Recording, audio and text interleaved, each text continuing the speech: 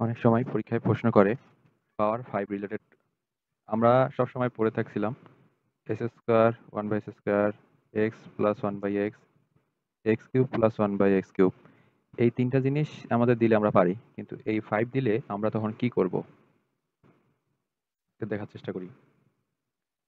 পাওয়ার 5 কখন হয় আমরা আগে বুঝি সেটা। এক্স পাওয়ার 5 কে আমরা লিখতে পারি এক্স পাওয়ার 3 ইন্টু এক্স স্কোয়ার, কারণ এই দুইটা পাওয়ার আবার যোগ করে 5 মেলানো যায়।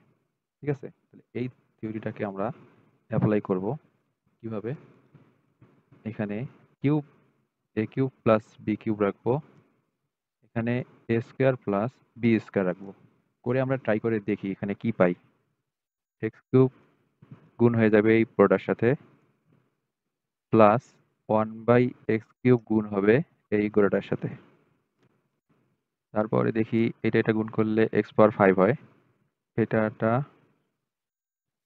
প্লাস এই দুইটা গুণ করলে এটা পাই, আর এই দুইটা গুণ করলে এটা পাই। আরো দেখি এক্স পাওয়ার 5 প্লাস এখান থেকে 3টা থেকে 2টা চলে গেলে একটা থাকবে উপরে, 3টা থেকে 2টা গেলে একটা থাকবে নিচে, প্লাস 1/x পাওয়ার 5। তাহলে আমরা যদি সাজায় লিখতে পারি 1/x পাওয়ার 5 প্লাস এক্স প্লাস 1/x, এটাকে এখানে লিখলাম, এই দুইটাকে এখানে লিখলাম। তাহলে আমার এই জিনিসটা মিলাইতে, বাম পক্ষ মিলাইতে আমার এক্সটা কি জিনিস চলে আসছে, এক্স প্লাস 1/x চলে আসছে না এক্সট্রা প্লাস আকারে। তাই এইটাকে ডিসমিস করার জন্য আমাকে মাইনাস এক্স প্লাস 1/x করা উচিত ছিল আগেই। তাহলে আমি লাইনগুলোকে সমান বলতে পারবো।